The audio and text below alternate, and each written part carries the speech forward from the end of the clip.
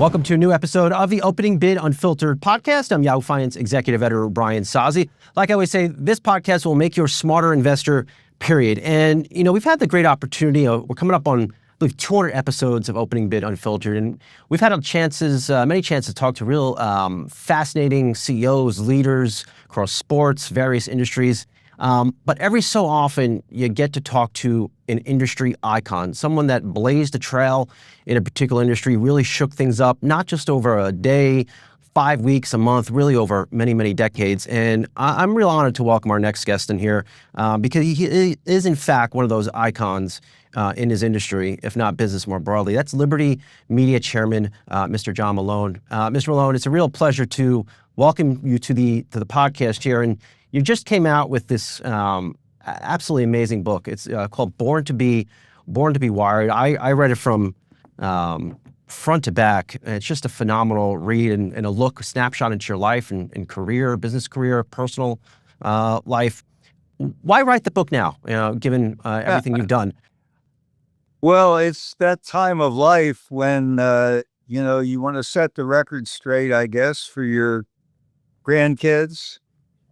I also thought it was an opportunity to say thank you for the very many people who have been helpful to me along a long career. I loved how you started this book off, and it was reflecting on your dad, the inventor, toiling away on things in the garage. How would you describe those early years? Because I imagine, of course, they're very formative, but they set you down the path of where you ultimately have gone in your career. Yeah, I think I was a creature of television. He was an inventor of television at GE. Was taken off the television project to put on naval radar during the war. But we had all the equipment in the barn out back. And if the union went on strike, he would bring his development guys and they would work on developing television in the backyard. So we had always the latest and greatest television that long before there was broadcast. Do you view yourself as an inventor? And secondarily, for those not familiar with the Liberty Media story, I take it as, I don't take it for granted, but I've followed your career and I've admired it from afar pretty much for the past 25 years of my career. What is Liberty Media today? Oh, I think Liberty Media in my original construct, this is the fourth, we're now going into the fourth generation of Liberty Media. So initially, Liberty Media was the venture arm, investment arm of TCI, the big cable company, and represented a collection of startup investments, synergistic technologies, just a broad range of things, all of which reported to me pretty much personally. So I think I had about 45 venture partners and co-investors reporting to me in addition to running the big cable company. I think a lot. So you could say it was sort of a side deal, except almost all of these were synergistic in some way or other with the cable business, which we were growing rapidly. And then we hit a point in time when there was substantial value there, which was not being recognized by the equity markets. And we decided to separate it and create a vehicle that we called Liberty Media, number one. And so there was a miscellaneous collection of bits and pieces of things that once it was separate, we focused on evolving it into actual owners or consolidators of the businesses that it was playing in. In some cases, we liquidated positions, but that was version number one. And then in 1993, we were approached by Verizon I think it was called Bell Atlantic back then. Yeah. About merging TCI into Bell Atlantic. And so we sucked Liberty Media back into TCI so that we could merge with Bell Atlantic. But then the transaction that was fully announced and negotiated, but it got kind of blocked by the federal government. And so then we decided to spin off Liberty Media again. This time, I tried using tracking stock structure as opposed to a physical spinoff. So it was version number 2, and we had alphabet stock also as an invention at the time. So we spun it as an alphabet tracking stock. And then it had a baby a few years later called Tech Ventures. So then we had TCI with 2 tracking stocks. Then, of course, along came AT&T, and they wanted to swallow both TCI and parts of Liberty Media. But for tax reasons, they had to swallow the whole thing. And so then Liberty Media really became a tracking stock of AT&T. For 2 years, I was able to retain under the negotiated deal control of Liberty Media inside AT&T. And it has some interesting flexibilities because we could sell assets then from Liberty Media to AT&T tax-free. Mm-hmm. We were also in tax consolidation with AT&T, and therefore we could get paid currently for any tax shelter that we provided AT&T. So that was kind of interesting. We got spun back out of AT&T after 2 years and became Liberty Media version 3. And at that point, we had a pile of cash. The tech bubble was beginning to burst. And we found it opportunistic to use the cash we had gotten from our cohabitation with AT&T to make various, what I regarded as strategic investments in companies that were seeing their equity values really depressed. Mm-hmm. So that was a period of investment and ultimately consolidation. And now we're approaching Liberty Media 4.0. We will have sold or spun off probably a dozen different companies as separate public vehicles. And we're coming down to just Formula One and a racing agenda. Formula One has, that Liberty Media has now acquired a MotoGP, which is a motorcycle racing circuit very similar to Formula One.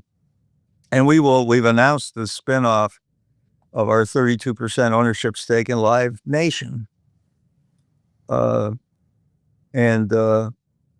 once we do that, then Liberty Media becomes a pure play really in the racing business. And Live Nation, our holding company, Live Nation, becomes a holding company primarily holding a big stake in Live Nation. What has pushed so we will they disassembled what had become a tracking stock conglomerate. What has put some of these deals, and of course I've covered some of them, they're so complex, Mr. Malone. How have you thought some of these things up, and what has pushed you to do deals like this in many respects that have never been done in an industry?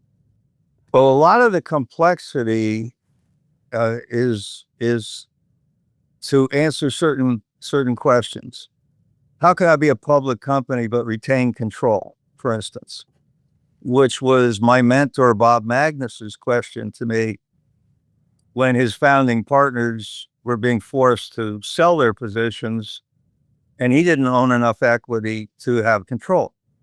So we created the alphabet stocks in order to deal with that reality.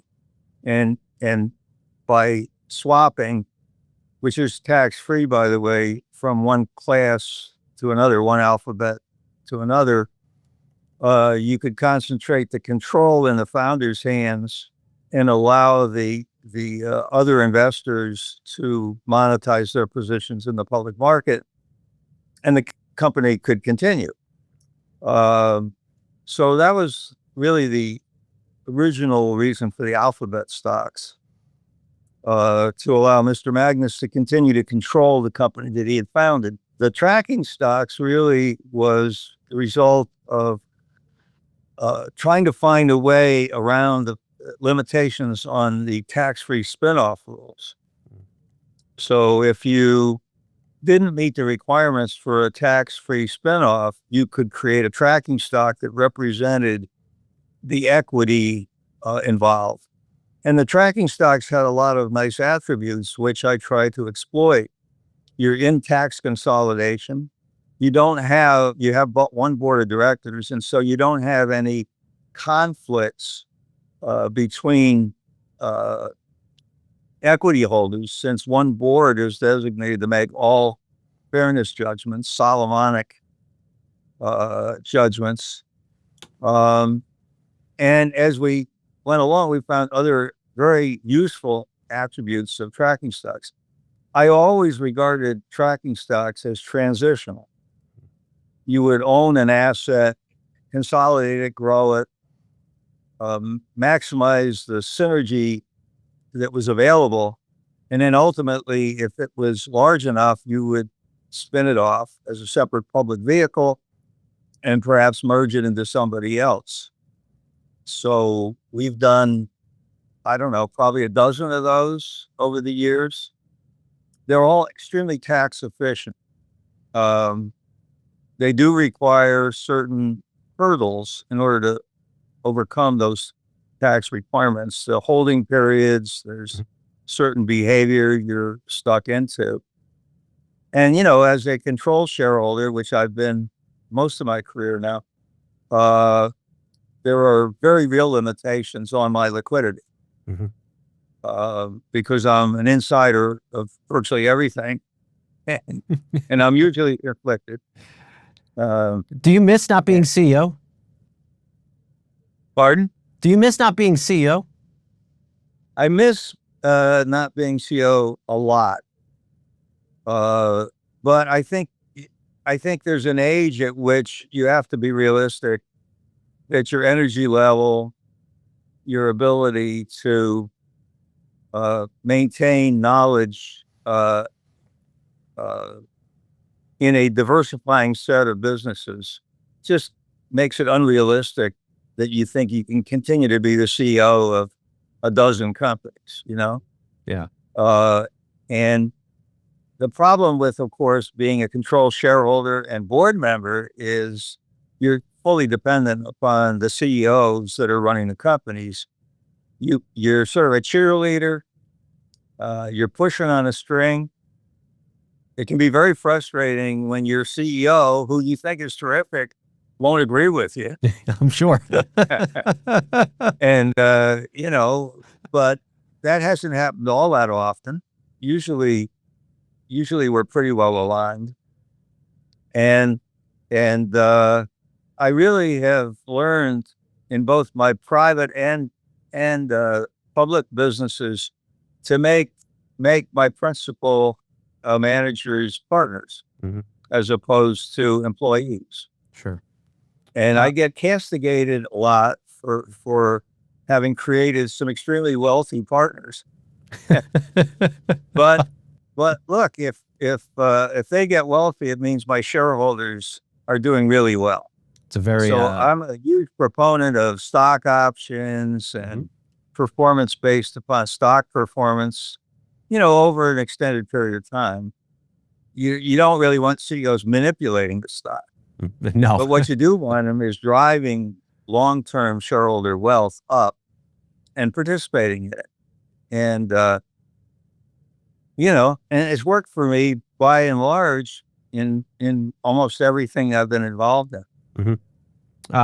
Hang with us, Mr. Malone. We're going to go off for a very short break. We'll be right back.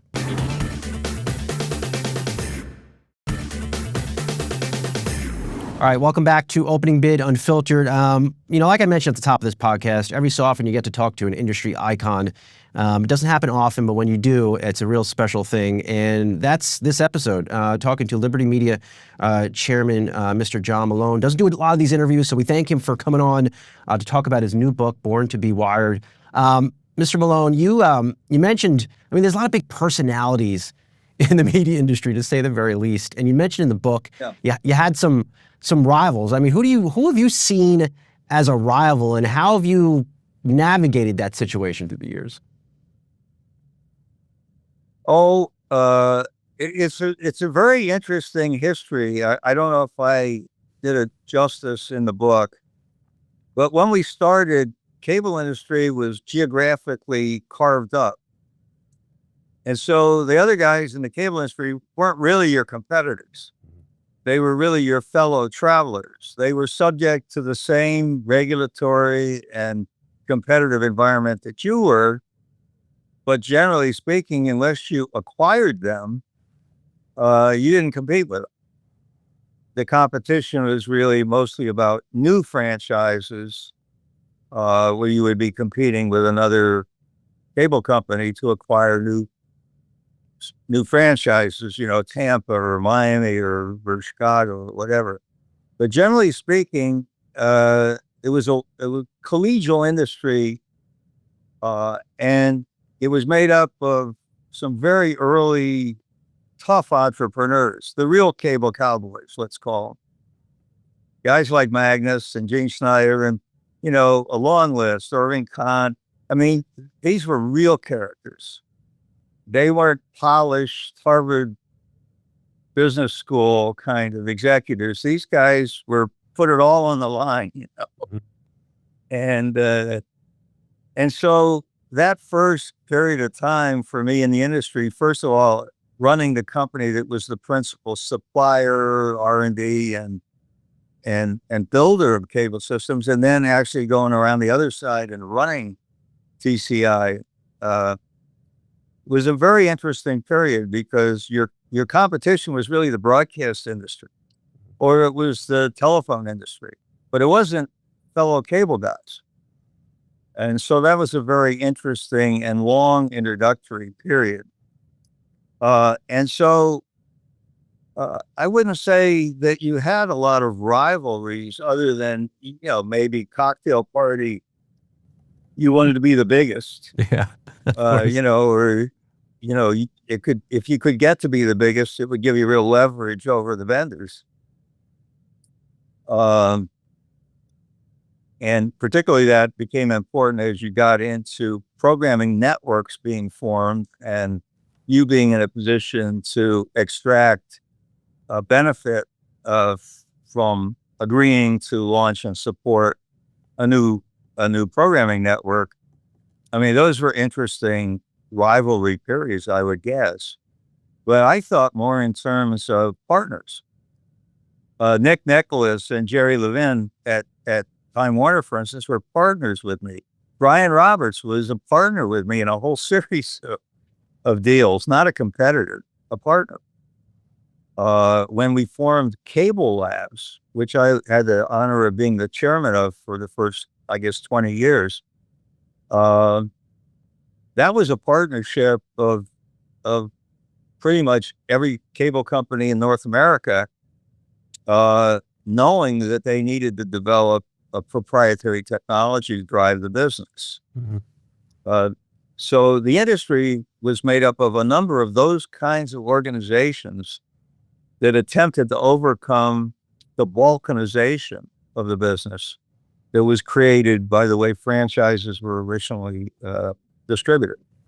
I want to get a little more into the future of media, but before I do that, I was just thinking back coming into this, some of the iconic people in this industry you've worked with, or done battle with, or interact with. Ted Turner, holy cow! Rupert Murdoch, holy cow! Sumner Redstone. I remember covering his gaming company, Midway Games, as a very young analyst. What did you learn from this very big, this trio of characters? We don't have enough time, I'm sure, to get into all of it, but any takeaways?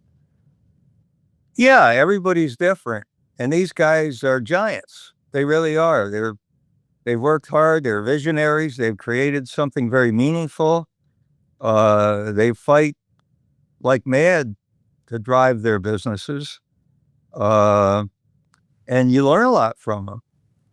And you try to make sure that you're with them instead of against them as much as you possibly can be. I'm sure. And so, I mean, with Rupert, the comment of frenemy is so relevant because we were competing in many ways, but also we were partnering in many ways. And Sumner is the best example, I guess, of a guy who very long relationship with Sumner. He was a vendor to us, program supplier. He had his people do that. I want my MTV song, Dire Straits. Yep. I want my MTV. Now it's gonna be stuck in my head all day. Thank you for that. I appreciate that. Yeah, but that was a big fight that Sumner and I were having over whether or not we should carry MTV as it was becoming increasingly raunchy. And I still remember, he said, "What's wrong with MTV, John?" And I said, "Sex and violence." He said, "What's wrong with that?" So that sounds like it. When we were fighting, when I was with Barry and we were fighting to buy Paramount, and Sumner was on the other side of the table, he sued me personally for $3 billion, knowing that an antitrust suit would block us from continuing to participate in the syndicate that was trying to buy Paramount against him. Okay. On the other hand, I worked out with Sumner how TCI could buy his cable systems, which we did. And we had to be very inventive with that structure because he didn't want to pay taxes. And probably late in life, Sumner and I were pretty good friends. I really enjoyed having dinner with him. He would give me all kinds of mentoring advice about getting old and prostate cancer and those kind of things. He had a girlfriend that had cupcakes, and he wanted to see if QVC could sell his girlfriend's cupcakes. I mean, that's what we call synergies. It's just fun. So my view was, you don't get mad. This is business. And when Sumner sued me, it was a smart move on his part. It was a checkmate move. It kept Diller from getting Paramount. Now, Barry was pretty upset at the time, but all's fair in love and war, I think is what they say. Yeah. There's so much, I'll have to tell you this, there's so much change in media. And you mentioned in the book, you had a February 2024 lunch with Barry Diller and Brian Roberts, of course, Brian Roberts over at Comcast, and you talked about the apocalyptic state of media. I can pull out of so many different companies going through changes in media, but I would love to get your take on what might be next for a company like Paramount. Just one bet big on the UFC. There's so much change. I'm not clairvoyant, but if I had to guess, I'd guess there's going to be some kind of, well, first of all, there has to be a lot of consolidation in the business. There's just too many players to make economic sense in this streaming world for entertainment media. So I think there'll be a lot of consolidation. If I had my guess, we haven't even seen the last big round yet, because I think social networking eventually also becomes streaming entertainment. I think you're seeing the beginnings of that with Google's YouTube, where effectively they have the combination of subscription entertainment.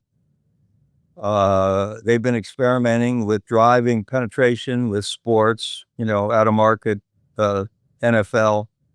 But they have a massive user base of user generated, and that constitutes a massive funnel for them to drive whatever they want to drive. And of course, advertising has become a very big game for the big tech guys. And I can see that that random access entertainment, which is what we're calling streaming, but it's really sort of library entertainment, combined with live sports, live events, maybe live news, belongs on a social network. After all, I think 80%, I think I saw this somewhere, 80% of the American public says they get their news from their social network. So what would be more natural than to see a consolidation of these players, these giant global players, especially the guys who have the technological platforms, the guys like Oracle, the guys like Microsoft or Google, or they have these, or Facebook even. They have these technical platforms. They have the scale. They have massive advertising revenues now. I wouldn't be a bit surprised to see them move on and become essentially entertainment distributors as well. It seems like that's kind of a natural thing to happen. And I think the guys who have mastered AI, in order to figure out what people might be interested in entertaining themselves with, will have an edge in terms of supplying guidance, perhaps concierge services. I think it's really hard, if you're a baseball fan, for instance, to know where to watch a game because they're carried on so many different platforms. Basketball is increasingly getting that way, football. And so figuring out your entertainment menu is becoming very complicated in a world of streaming. So I just think these businesses have got some more consolidation and convergence to do. And, look, artificial intelligence is nothing new. Effectively, my doctoral dissertation was in artificial intelligence 60 years ago. So,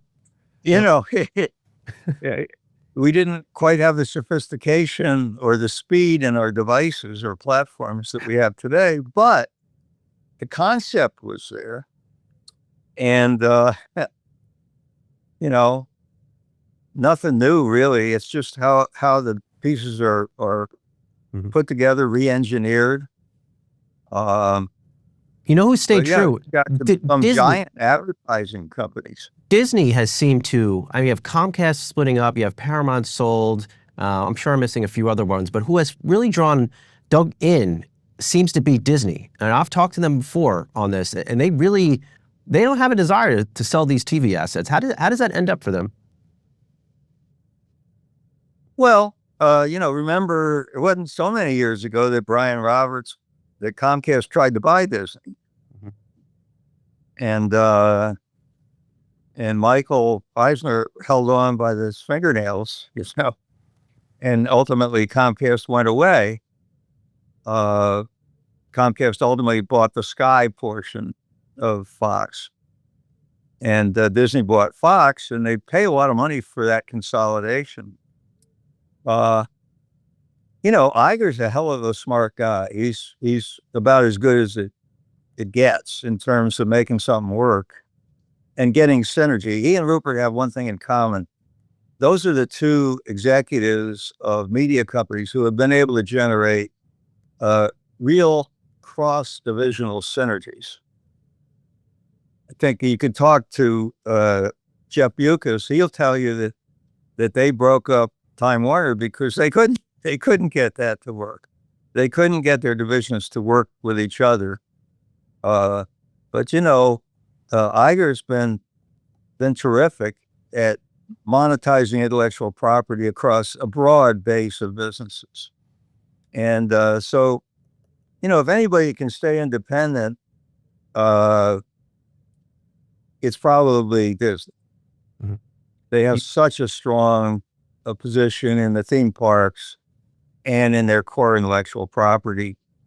They're not they're not too over levered. They got a little scary with their leverage when they bought Fox, but they're making it work. And I think the jury's out on whether they can get global scale to compete with the Netflixes and potentially, the Googles and the Amazons and et cetera. So you have some big balance sheet, broad thinking players, and I don't think we've seen the last of the moves. I think Oracle has come out of nowhere, really, in the cloud, and now being aggressive, going after the content side. And I believe they think it's as much a technological game as it is an IP content game.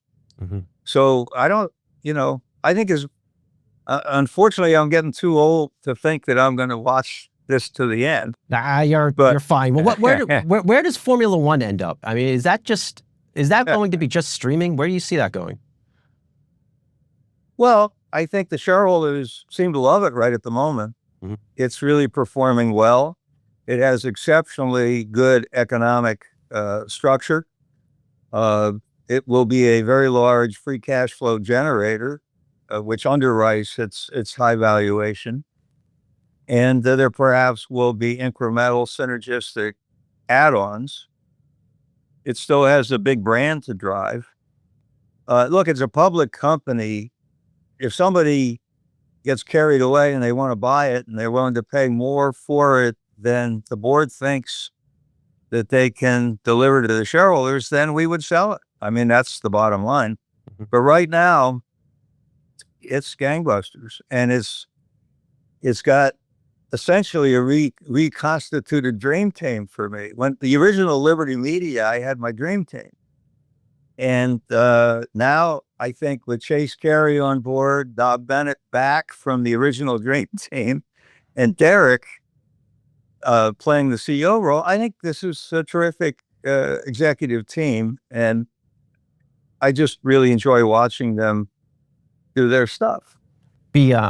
Before we let you go, you mentioned at the top of our interview, in part why you wrote this book, Born to be Wired, you wanted to set the record straight. What have people misunderstood about you through the years? I think to some degree, they think I was way too complicated for no purpose. And I felt like I needed to explain the reasons for the complexity. So I tried to do that and wind that through the book. And, for instance, the transaction where we acquired a big block of Rupert's voting stock, and then we swapped that ultimately for his 38% ownership of DirecTV, and he got to redeem all of those shares tax-free, moving his own ownership interest from 28% up into the 40s, unimpeachable, I guess you would say, unattackable. And we ended up with DirecTV, which we ultimately pumped up, spun off, and sold AT&T, our shareholders being big beneficiaries of a gain. So, if you look at it collectively over the years, the way I look, first of all, I got to back up and say Warren Buffett's been my hero as long as I've known anything about business. And I continue to just admire the guy so much. His approach is always to buy businesses that are perpetual and invest in businesses that aren't. So he hasn't gone out and bought a big tech business that perhaps will be surpassed by another technology. Mm-hmm. He's very cautious about that. And so he likes conglomerates, and his style of running them is essentially to own them forever and have management largely delegated to run. I, early in my career, decided I didn't like conglomerates. I did a study of GE when I was at McKinsey, and concluded that it was a miserable place if you were running a medium-sized department of a division of a group of the company because of all the overhead. And you never, as the guy, no matter how bright you were, you never got to see the light of day. Mm-hmm. It was a little bit like trying to come up from the bottom of AT&T at Bell Labs. You know, you're going to be down in the bowels of the ship rowing and never get to see where you're going. So I really didn't like conglomerates. And so I decided that the right structure was the Liberty Media structure, which is to find, develop, build, and then spin off businesses to shareholders when they were ripe. And that's been the pattern. And, you know, I think the long-term returns to equity holders have been quite good.